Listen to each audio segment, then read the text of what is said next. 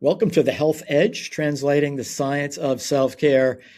I am Dr. Mark Pettis, and with my friend, the one and only Dr. John Bagnulo. John, good morning. Good morning, Mark. It's great to see you, buddy. Great to see you. In our last recording, we introduced a paper titled The Paleodeficit Syndrome, and it provided this really nice context that we apply in so much of the research that we do and the ways that we translate and apply that research, John, as it relates to this growing mismatch between our biologic imperative, which still very much has an African savanna paleo priority and underpinning, with a modern environment that's become so unfamiliar to the average human that all of the things that we confront that we would consider bad luck, from struggling with weight to metabolic problems like diabetes, prediabetes, to cardiovascular disease, so many cancers, degenerative neurologic diseases, all of the things that today continue to be highly prevalent, growing in incidence, and for which no revelatory scientific breakthroughs have emerged, is really the underpinning of this paleodeficit syndrome. And so we thought today there's so much to discuss here that we could go to a kind of a part two and look at specifically, as these disconnects go, some of the changes in our modern food supply, which you've spent so many years researching, John. We'll look at some content that you've developed there, and then we'll bring this home with some of the conclusions of this paleo deficit paper and what I think for most will be common sense opportunities that they can be rethinking in their lifestyles, and things that they can introduce that can reinvigorate a biology that's well designed to keep us alive and well for a long time, but in our modern environments requires much more awareness and consciousness expansion, and one has to really appreciate where they've been in order to kind of get a sense of where they are and how best to navigate moving forward. So that's a bit of a long-winded summary of what we covered last week. Yeah, no, it's like I said last week, it's by far my favorite topic, and I think for so many reasons. But it's just such an integrated topic, right? I mean, I know that, today we're going to be a little more myopic and we focus on the changes with the more modern diet. But you could look at this across every facet of life, whether it's movement, whether it's light, whether it's where our brains, our focus on one particular thing, kind of getting into what's called that hunter's trance. That's sort of absent in today's world. Most people their brains are in two or three different places all the time, and they never get that window of time when they're just totally immersed in that type of focus where everything else falls away. There's a requirement for all of these different components of life. But again, today we'll really focus on the major changes with the human diet, which in itself is really incredible. But when you start like looking at all the layers to this onion, it's really apparent how maladapted we are to modern life, which is fascinating in itself because, that's the one thing about humans, is how incredibly adaptive we have been. But things have changed so rapidly that no species could adapt to the environmental and changes with day-to-day life, given how fast things have taken place here. Yeah, so it's let's dive into this. Absolutely. And as we talk about all the time on the Health Edge and offline, John, Yeah. we'll look at some of these changes. And like so many things that where you have this growing disconnect between one's experience of life and what the general consensus recommendations and guidelines and these quote unquote expert opinions are, all of this, as you look at these slides here, sort of begs for the question is why is it that we're so slow and resistant to recognizing what is right in front of us? And that says a whole lot about the matrix that we're in, and the extent to which that matrix is very much guided in money and power, particularly that of big pharma, biases and perverse incentives that take the scientific method, this beautiful sort of pure empiric process, and when you look at the scientific enterprise, the ways in which things get published and prioritized and supported, you realize that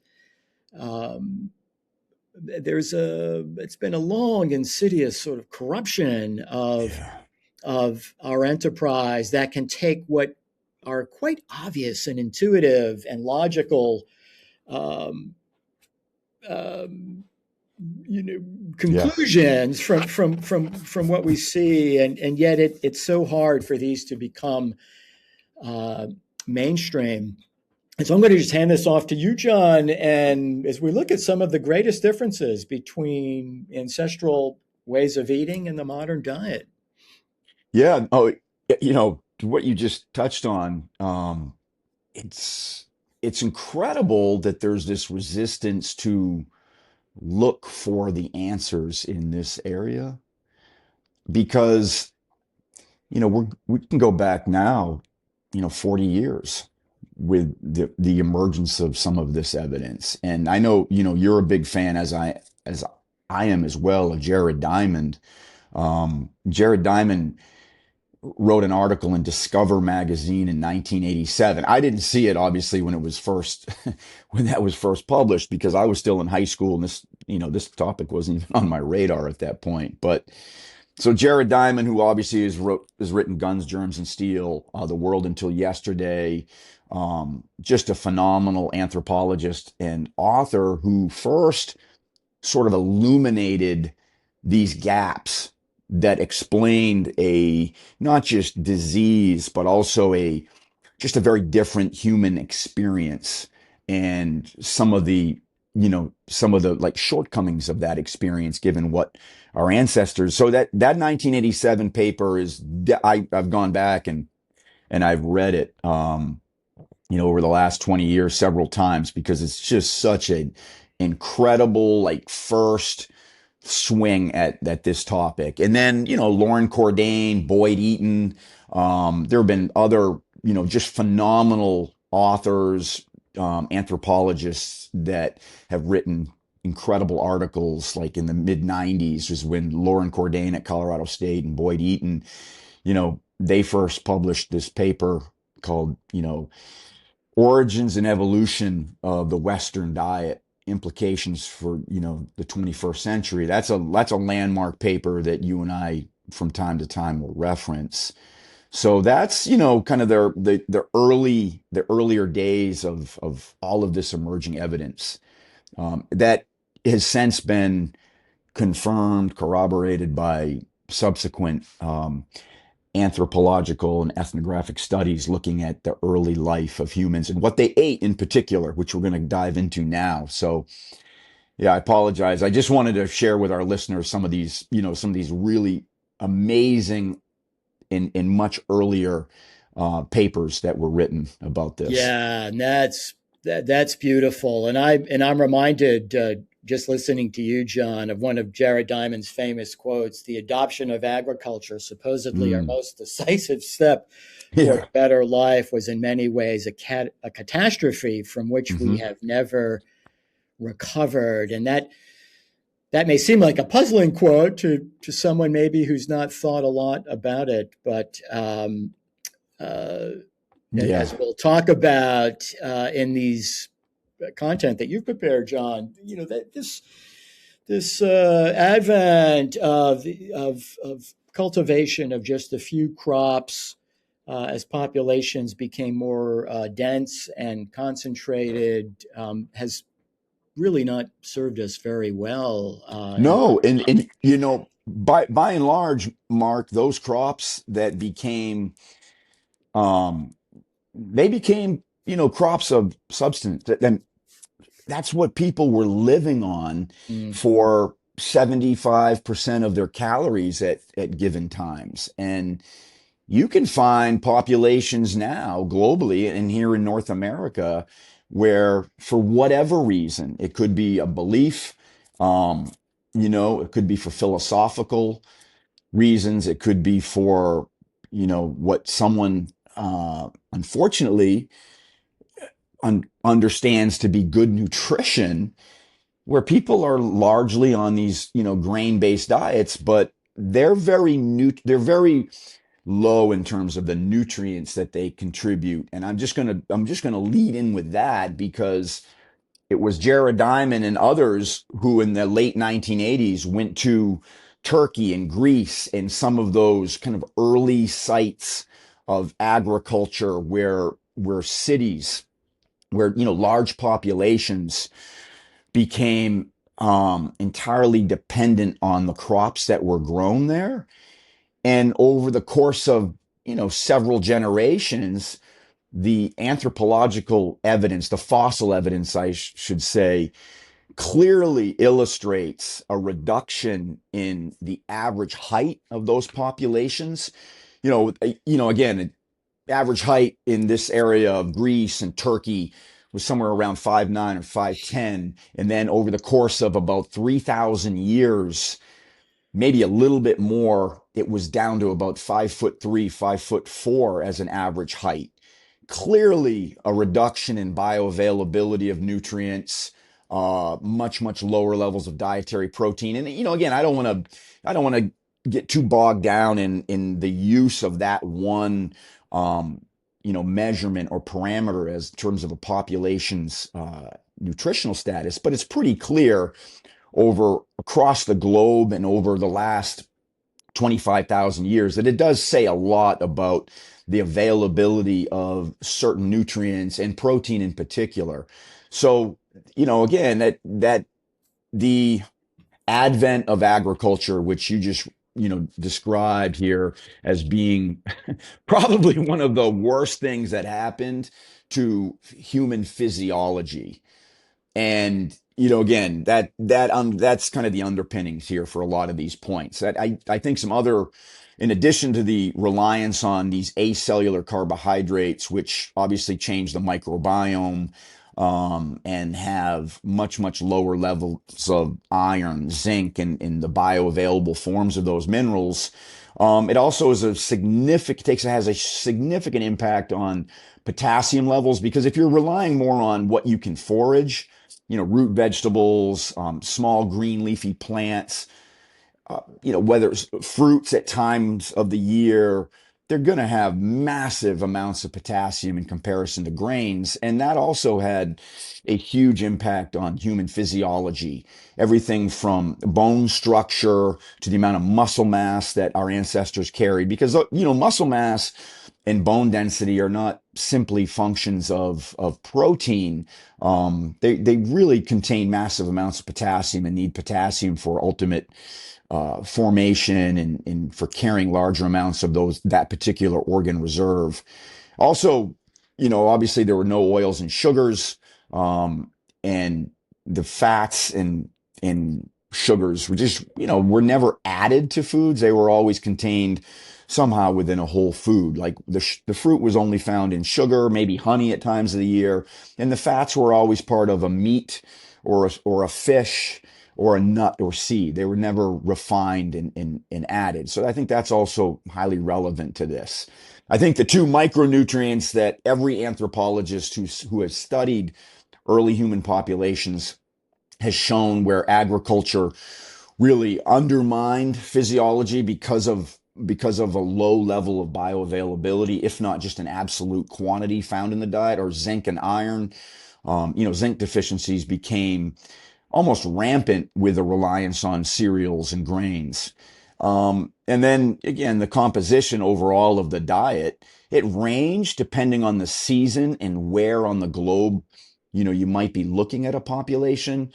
But, for the most part, protein levels were always greater than 30% of calories for much of the year.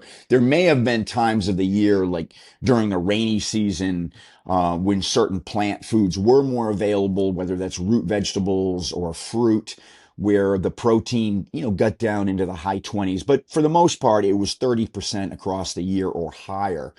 Um, again, that equates to about 200 grams per day for a 3,000 calorie diet, which is by most accounts what our ancestors ate when food was available. There were periods of time when it would not have been as available, but these would have been smaller windows of time in comparison to when food was available and was able to be foraged. So if we use 3,000 calories per day as an average caloric intake for an earlier human adult, that's about 200 grams of protein per day, which again, if you were to present that as a requirement to, to health professionals today, they would look at you with raised eyebrows for sure. Yeah.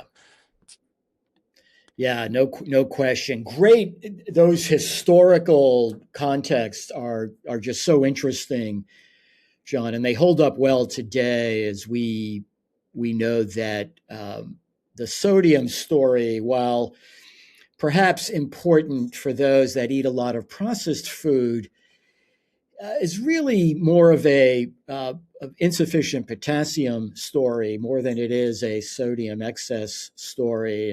And um, we've looked at that in the context of metabolic health and hypertension, vascular health.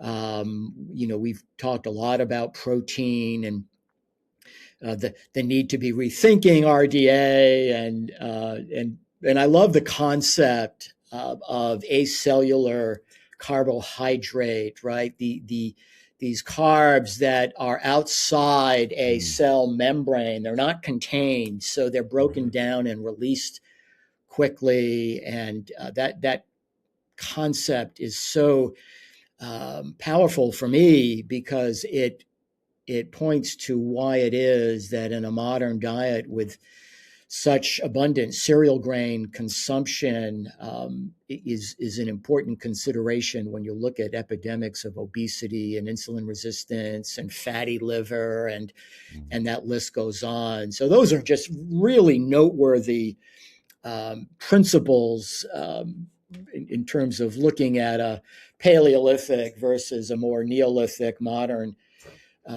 human diet. Yeah, and I think those first five those are the ones that are just, the kind of the foundational or on the real more dramatic fundamental changes. But I think these five are also, highly relevant and have obvious impacts on health. The first would be all these new to nature chemicals that the body's never been exposed to, or at least, hasn't been exposed to outside of the last 50 to 75 years. They're just not compatible with physiology, as are many of the vitamins that foods are fortified with or that people take in one way or another.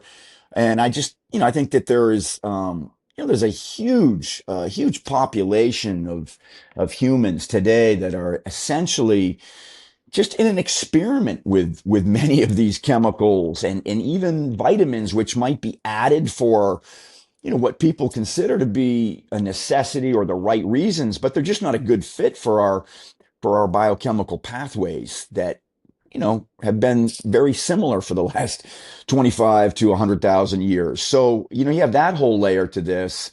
And then you get into some of the weeds, so to speak. You've just got radically higher amounts of omega-6 fatty acids, just not biologically compatible with human physiology, whether that's again, you could be looking at icosanoid production. You could be looking at membrane stability, mitochondrial membrane in particular stability. These omega-6 fatty acids, many people are they're drowning in a lot of these, and they're not just from vegetable oils. Some of them are because of just an abundance of plant foods which are rich in those omega-6 fatty acids that our ancestors would have never been exposed to. Um, Again, the fiber is this is a one that you and I were talking about this offline. This is one that I try to wrap my head around every time I discuss this topic. Every anthropologist that I've read their work has agreed upon, because of foraging and because of the types of plants that our ancestors would have relied upon for much of the year. Our ancestors consumed more than 100 grams of mostly fermentable fiber, right? Bran wasn't part of the equation at this point in time. So, our ancestors are getting more than 100 grams of fermentable fiber, none of it from grains, cereals, or any of these cultivated crops.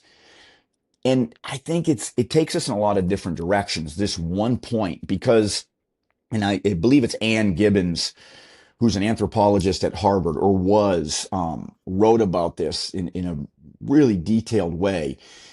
I forget the names of or the titles of some of her papers, but the bottom line was our ancestors had, even 15 or 20,000 years ago, our ancestors had this this increased reliance on fire to make starchy root vegetables in particular more bioavailable, and that allowed an expansion of the cranium. And it became really apparent when you looked at the fossil record that brains became bigger. And most agree that a lot of that is about the bioavailability of starch in particular, just freeing a lot of that up, because that is a huge part of the human diet for anywhere like from 150,000 years ago to even now in many areas of the world, which we'll talk about. And you mentioned the New Guinea Highlanders from Papua New Guinea last week, and I have a slide just to kind of show where in the world that is. But the 100 grams of fiber per day, with maybe 40 grams coming from starchy root vegetables and anywhere from 50 to 60 coming from small green plants and berries and things that would be foraged for. That's just a massive amount of fiber, which obviously shaped the microbiome very differently than it is today for the average person. And I don't know if it's achievable for people, but I just think it's a really important thing to acknowledge and be aware of, because the large intestine now is really, for the most part, it's unoccupied for most modern adults. So that's where I leave that. And then again, you have the fact that the seasonality of the diet, right? I mean, most people eat bananas year round now. Most people eat, whether it's oily fish or whatever food it is. You think about it, we eat foods throughout the year, whereas that wouldn't have been the case. And I think it's most important with fruit to understand this, and with the types of fats that we eat. And this could be a topic unto itself, but our ancestors ate certain foods at times of the year when those foods were actually helping them prepare for the next season. And when I say prepare for, providing them a biochemical foundation that would help them thrive in a very different climate that was coming for that year. And fruits do that with some of the compounds they contain. Fructose, for instance, helps provide greater fat stores for a period of time that you'd experience in late fall or in the winter, if you lived at a northern latitude. The types of fats that are present in nuts and seeds, being higher in omega-6s, for instance, helps the body store more body fat for those longer winter months when food would have been more scarce. And then, again, eating more saturated fat in the spring and in the summer I'm just using like a northern latitude type. This would not be, at an equatorial region, but you have the need for certain fatty acids at times of the year, which are much, much better for human physiology if the next several months are going to be a period of scarcity. So, that's an important part of this whole story as well. And every animal food that our ancestors would have eaten they would have been grass fed, they would have been wild, and they would have contained fatty acids that most people just don't get at this point in time as part of a human diet. And those fatty acids are never talked about. I mean, we don't even have RDAs for a lot of these, but we know that they're clearly diet dependent and they have a huge physiological role for optimal function in an adult. So, and this slide I find fascinating because niacin, if you think about the history of niacin, and this would also be true for riboflavin, and this would be true for other B vitamins, and maybe certain other nutrients that have been fortified. But niacin has the longest history as a fortified vitamin because pellagra was one of the real early discoveries in nutritional science, where certain populations, maybe it's in Appalachia here in the United States, or it's in other areas of the world, where for one reason or another, niacin deficiencies were more common. So that was the first B vitamin that was added to flour and cereals and grains. And because of that, you can use niacin as a tracer for processed foods, especially those that are flour based. And what researchers have shown is that, yeah, niacin being added to foods definitely reduce the incidence of pellagra, but there might have been other ways that could have been achieved without fortifying, the entire global food supply. But you look at niacin intake and wow, the way that it mirrors the development of type 2 diabetes and obesity. It's not to say that niacin is the cause of those, but what it shows is that the greater the amount of processed flour, which is fortified, right? Processed flours, cereals, and grains, and all of the food commodities that are based on flour, as that increases, you have an unbelievable reflection in terms of the incidence of diabetes, obesity, and metabolic syndrome. And niacin can be used as a way to show that, to illustrate that. And it's a much more scientific approach to use that as a tracer than it is to try to capture flour, cereal, and grain consumption because of all the ways that type of research gets muddied. Those waters get muddied really quickly. But if you just look at niacin intake, where most of it's coming from B vitamin fortification and foods that are fortified, it's incredible how it really illustrates the changes that have occurred for that particular disease pattern, right? Insulin resistance and obesity, as a function of fortified flour intake. So that's why I included this slide here for us to just touch upon.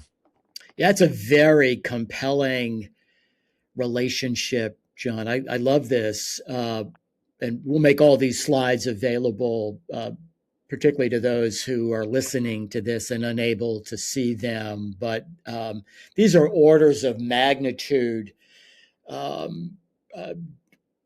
relationships. And I think there's no question, John, that in the absence of flour consumption, many people would not get niacin otherwise, right? 100%, 100%, exactly. And you realize that instead of maybe adapting diet and to help provide the public health issue of niacin deficiency, you start adding things to foods that people are commonly consuming, which is one strategy, but you see sort of these consequences, and much the same way that I think we have a lot to learn about folate. Absolutely. And the Yeah. extent to which the ways in which people get these essential nutrients now, the matrix within which they receive that is so unhealthy that when you look at graphic depictions like this, it really gets your attention. Mark, where I'll go with this, and it's a tangent, so I'll limit it. I think that, 100 years from now, I think researchers will look at vitamin D supplementation in a similar way. What you're going to see 100 years from now are that the people that took larger amounts of vitamin D in an effort to capture you know, modern, modern, let's just say health professionals and advocates for vitamin D, what they thought was going to somehow meet our requirements for sunlight. And you're going to find that, you could look at vitamin D supplementation, despite the fact that it is going to help with some areas of health, but it falls so short in the deficiency of light is what's going to be really highlighted by supplementation with vitamin D. Because most people who supplement with vitamin D do so because they feel like either they can't get the sunlight or they don't want to take the chance of the sun exposure. And so, in a way, fortifying one's life with vitamin D in the absence of sunlight is sort of like fortifying a breakfast cereal or the flour and the bread you eat with niacin, because you feel like, well, I got to get a B vitamin, and I have to eat I have to eat these flour-based products. So, again, in vitamin D supplementation, I understand the need for it, and at one time I was obviously an advocate for it. Without any type of caveat. Now I'm always quick to say, hey, it might be, the second best option you have, but it's a very, very distant second best option compared to, full spectrum sunlight. So anyways, I digress. And this slide, is interesting because this slide shows, and these agouti mice, have been used for countless examples of epigenetics, nutrigenomics, whatever, how you want to capture it, where you can take these genetically identical mice and you can change the environment, you can change the diet and produce incredibly different phenotypes. And I included this because it's been done with certain B vitamins, methylation, and it's obviously been done with mice receiving different levels of a fortified typical mouse food with foods that are more natural to a wild field mouse type thing. So this has been done with everything, and I'm sure you could add so much to this, Mark. But this was done with just a very simple kind of overview of what would be considered a more like Paleolithic mouse diet, right? Seeds, wild foods, and not simply a fortified grain mouse food. So yeah, this was such for me. Randy Jerdel's research. I think University of Wisconsin, is that where he was? he was at Duke when he Oh, did at Duke. most Okay. of this research, but he's no longer at Duke. He might be at Vanderbilt now. But um, yeah, what's so amazing about Jerdel's work was in reference to the agouti mouse, which had an autosomal dominant gene mutation, which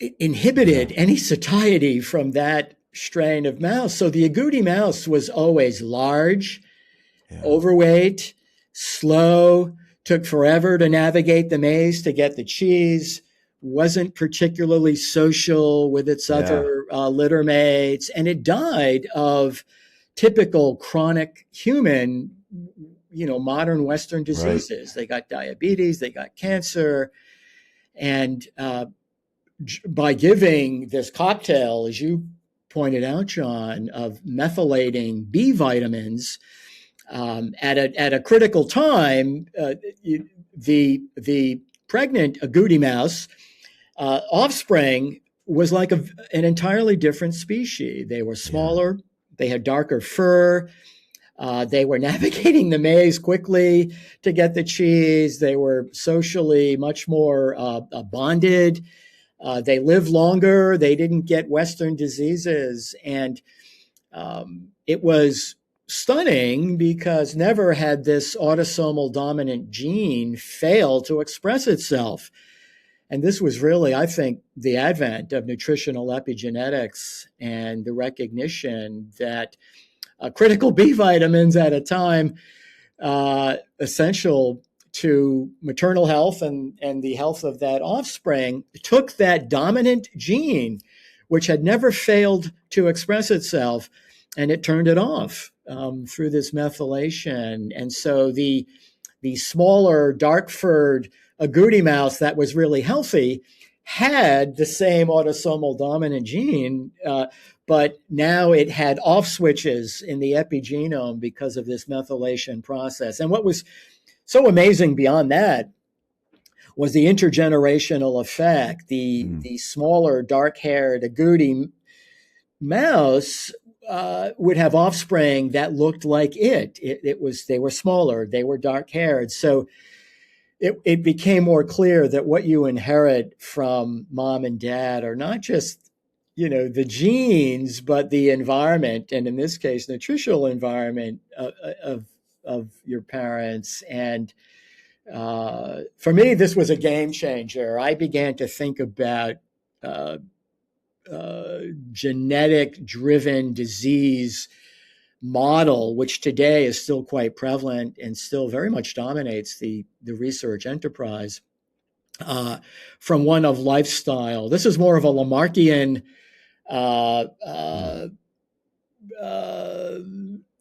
theory proof than a Darwinian theory proof. And so I love Jerdal's work, and it's surprising that there isn't more reference given to this. But yeah, enough said there. Beautiful. But Mark, the slide you included last week showing the de-evolving, the de-evolution of humans, where you see the different phenotypes, and the last guy's kind of carrying like some sort of fast food meal, right? We go from the hunter gatherer with the spear and the physique, and then you get to the morbidly obese. This is the laboratory animal study version of that. Yeah, right. Absolutely. For people that, kind of don't believe or question the mechanisms at work there. But yeah, sorry. Absolutely. Yeah. So here's some widely available Paleolithic foods that truly represent what our ancestors would have eaten for part or much of the year, right? I mean, you can see that, coconut is virtually unchanged. Same with grass-fed bison and your wild types of fish, seafood. Even lamb and goat are physiologically almost identical to what our ancestors would have eaten. Yeah, there's a little more fat in modern day lamb, but not so much in goat compared to what you would get from, let's say, eating a mountain goat or eating a gazelle. Those are very, very similar animals. Same with shellfish. They've not undergone any selective breeding programs. I can't say that about beef per se. I think beef is still an excellent food for people to have on a regular basis. I'm just trying to give, our listeners here a picture, a list of foods that are virtually unchanged. And, again, shellfish haven't undergone any type of selective breeding program to have certain characteristics. And that's not the case with most vegetables and plant. Most modern day vegetables are radically different than what our ancestors would have eaten if it was even on the menu. But purple sweet potatoes are very close to the types of root vegetables and earlier sweet potatoes that our ancestors would have been exposed to. Sweet potatoes, of course, are indigenous to the west coast of South America, and then they kind of made their way around the world from various trades and transportation from those early populations. But plantains are similar. Bananas are not, but plantains are very similar to what our ancestors would have had available for a month or two out of the year. Hazelnuts, more so than any other nut, are similar. And then the green leafy vegetables, watercress, dandelion greens, claytonia, which is also known as miner's lettuce, nettles or stinging nettles, those are very very similar or entirely representative of what our ancestors would have had access to and would have relied upon for micronutrients and things like that. As far as berries go, really only blackberries and raspberries, and then some lesser known berries like maybe lingonberries, cranberries. Those are the berries that would be representative of the types of berries our ancestors would have eaten. Pistachios are virtually unchanged, which is interesting. And then lamb's quarters, cassava, kumquats, somewhat esoteric here, but kumquats are a fruit that are very, very similar to the kind of early citrus fruits that our ancestors would have eaten. And then honey was available for very small periods of time, but it would have been, incredibly valuable, and would have been treasured by our ancestors. It wouldn't have been available year round, but it would have been something that we would have definitely sought after as such a rich source of energy. So these are the examples of Paleolithic foods that I think if you look at them, it's like, wow, they all can play an enormous role in a really healthy modern diet as well. Beautiful. This is where, again, this is where Jared Diamond did much of his work. This is where researchers have gone to examine one of the last, hunter-gatherer kind of early human populations, and that's the island of Catawba, where these New Guinea Highlanders had up until recently lived very much the same way as they had over the last several thousand years. So, but you don't have to go there. That's the good news. You don't have to live in one of these really, exotic places that are hard to get to. These foods can be, again, for better or worse, these foods can be put together regardless of where you live, anywhere in the globe now. Yeah. And I think that this paper is, unfortunately, it's not appreciated enough. And it's Ian Frassetto's work, which was really eye-opener because it's one of only a handful of studies. And you and I have talked about why this is the case. I mean, who's going to fund this study, right? Who's going to pay for the clinical study that examines the effects of a Paleolithic diet compared to other diets? Nobody. That's the answer. So that's why this Yeah. type of research, right, this type of research is largely absent, but it's incredibly powerful because, you for 10 days, subjects were put on a Paleolithic, or I think they called it a Stone Age diet or whatever. And, you look at the results of this, and 100% of participants in just 10 days had a HOMA score that went from I think it's the next slide, maybe. I think the HOMA score, which is a homeostatic metabolic assessment looking at insulin resistance, it goes from 3.2 to 1, and that's in 10 days. There, Mark, you say this all the time, and for good reason. There isn't a drug on the planet that's going to produce this. I'm so glad you resurrected this paper, John. It was not that long ago that this was published, and I believe we have talked about this in years past. But when you look at these results, and for those that may not be familiar with HOMA, this is a blood test, an underappreciated blood test that really measures insulin and a blood glucose in a fasting state, ideally, and it generates through a mathematical equation an insulin resistant score. And a normal HOMA would be in that 1 range. Anything 1 to 2 would be sort of pre-diabetic, maybe early type 2 diabetes, insulin resistance, and then you get into HOMA ranges, as you see here, 3.2. I mean, that is the plight of the standard American diet and the person who consumes that diet. And how about, and again, I realize, John, that people listening to this aren't able to see the slide, but when you look at the lipids, and again, this is 10 days, right? Everything about this contradicts what has been the conventional thinking that there's no way food could be that powerful.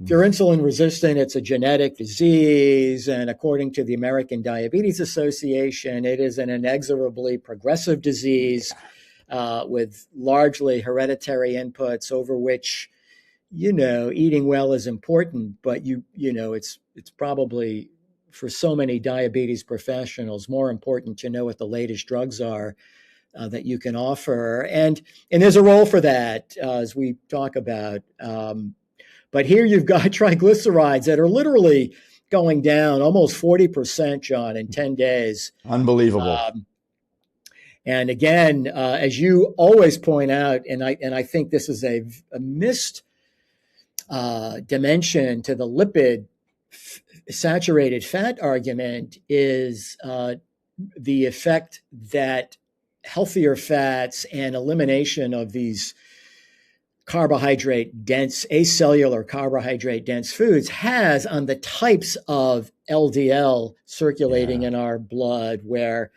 you just don't see that when you measure a total LDL, which is a calculation in a lipid profile. It's the character of that LDL particle. So fewer small dense, more larger buoyant. And that is an entirely different risk proposition as it relates to cardiovascular disease. And it also speaks to the relationship, right, between insulin resistance and dyslipidemia. Yeah. They're not these separate, unrelated buckets of cardiovascular risk. And so I just, this slide says so much about food as medicine in this particular example, John. Thank you for. Yeah, no, absolutely. I think what you just mentioned in terms of the power of food, and you think if you take a look at this slide, processed food is 63% of what this was 2010, so this is slightly outdated. It hasn't improved.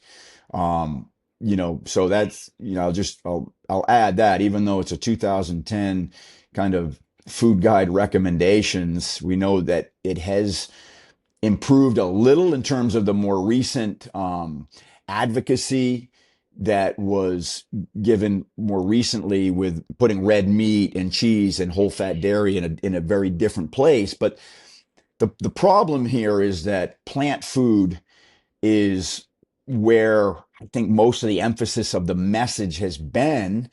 And animal food is, if you look at the details of this, animal food is lumped in with the processed food as being a problem. So that's why I think, we just have so many examples of bad dietary recommendations and advice given by big organizations, whether it's the American Heart Association, whether it's the US government with, the Food Guide Pyramid and these 2010 guidelines. We've had a lot of recommendations given where the science really just didn't add up, and there was absolutely no appreciation for what this Paleolithic type intervention had been shown to do, and our ancestry in general, which we've been talking about here today. So countless examples of this, but isn't it fascinating that animal food, and they give you all the negative things about animal food and cholesterol, and they're going to lump that in with the processed food as being the problem, right? The red and the yellow. The red's actually, the red is for reason, like stop. With the animal food, the yellow is like processed food we're going to give caution to, and the green is the plant food. I laugh because it's literally a stoplight type pattern of advice here. Don't eat the animal food, slow down on the processed food, and just eat plant foods. So, anyways, Yeah. just incredible. Yeah. And so who can be surprised when you look at where the health of the American populace is, and who Yeah, can be surprised at this pervasive confusion and that's it. conflicted information as people adhere to the advice they're getting, trust the advice that they're getting, only to see deterioration in their health, and this sort of vicious cycle of what am I doing wrong? What's wrong with me? And I'm eating all these plant-based foods and I keep gaining weight and yeah, my cholesterol's out of control and yeah, now I'm on, yeah. And you just, this is, I think, really important. You did a great job of highlighting that from the earlier Frisetto, uh, the results of that Frisetto study. But these LDL qualities are more important than the quantifiable component. The qualitative mm, look at LDLs is everything. Yeah. And yet we continue to guide people on a quantitative approach as opposed to a qualitative look at their lipoproteins. And really, when your LDLs become larger and more buoyant, which is what the Paleolithic diet has consistently shown to do, it's consistently shown to produce more of an LDL pattern A in the middle here and less LDL, small LDL particles or LDLBs. Those LDLA particles, which are larger and more buoyant, carry more fat soluble vitamins. They are much more resistant to oxidation. They have a much greater difficulty in terms of infiltrating the intima of the artery lining. So they just don't promote the pathological changes in an artery lining like the LDL type B particles or the small LDL molecules do. And they are largely a function, these different types of LDL particles are a function of our insulin levels. If you have higher levels of insulin, you'll have a much greater amount of the small, dense LDLs.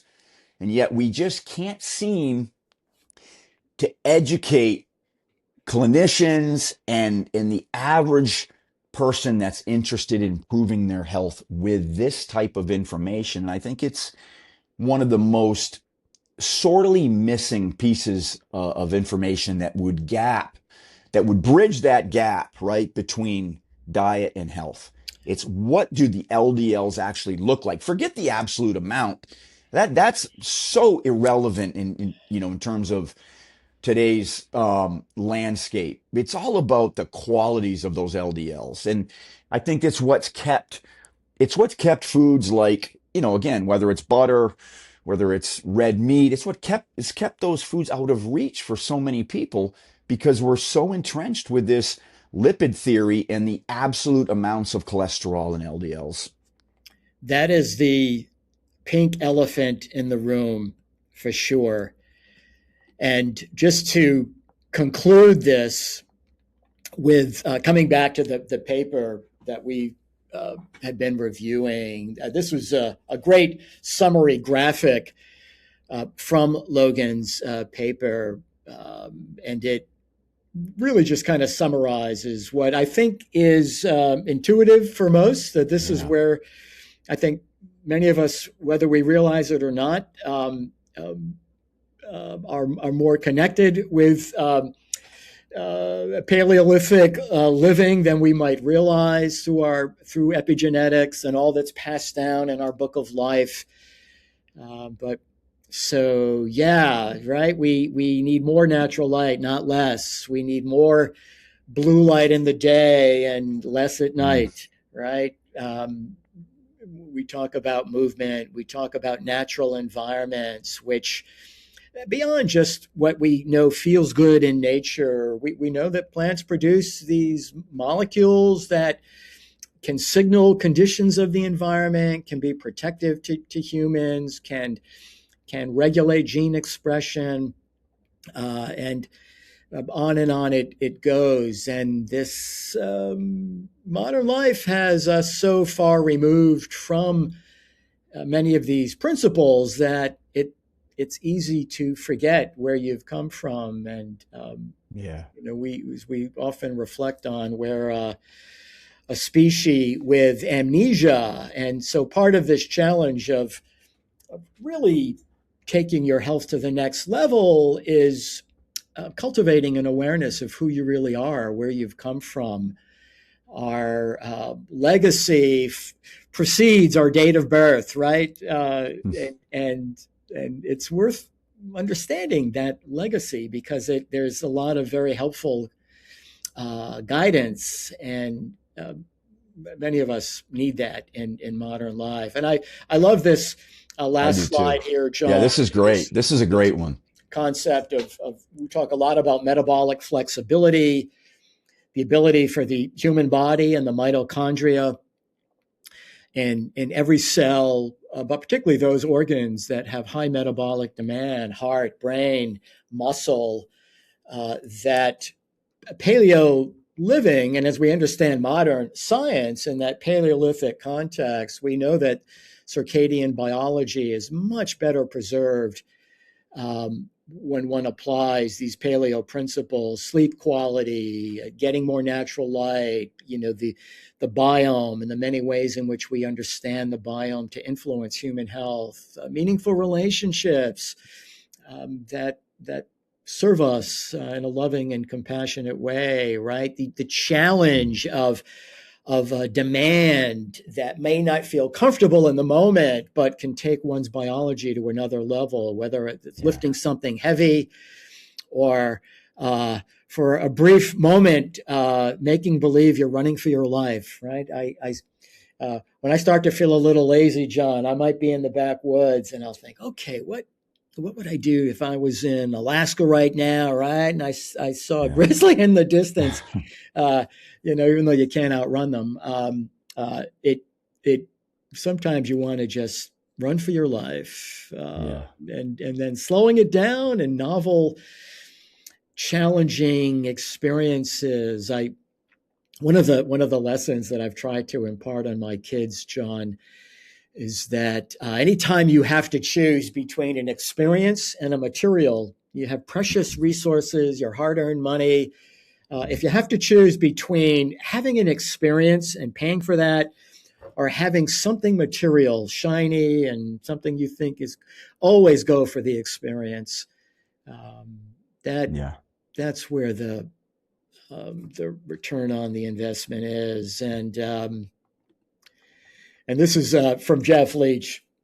I Yeah. love this slide. It That's just incredible. it's Incredible. when you sort of appreciate that ours is a biology intended to be interacting with other species, and it all comes back to nature and how we share and coexist in our environments. There's a synergy here Yeah. that goes so far beyond just being outdoors. And this was the book. I'll end with this. That No, one it's of the many awesome. books, but this was Jared Diamond's more recent book, "The World Until Yesterday: What Can We Learn from Traditional Societies?" And he writes like very few people can. So yeah, great stuff, John. Just love it. Yeah, me as well. Me as well. And I thanks so much for covering this the way that you have over the years. I've learned a lot from our conversations, Mark. I think it illuminates so much of what's missing in our lives. Indeed. Well, always nice to share. Great to see you, John. I know you have some um, precious vacation family time coming up next week. So we'll Yeah. we'll pause next week and resurface in a few weeks, and we'll have something fun and interesting to discuss at that time. And so, John, I thank you. Yeah, I look forward to that, Mark. You have a great next week and yeah, I'll see you soon here. Same. Love you, brother. Love you too.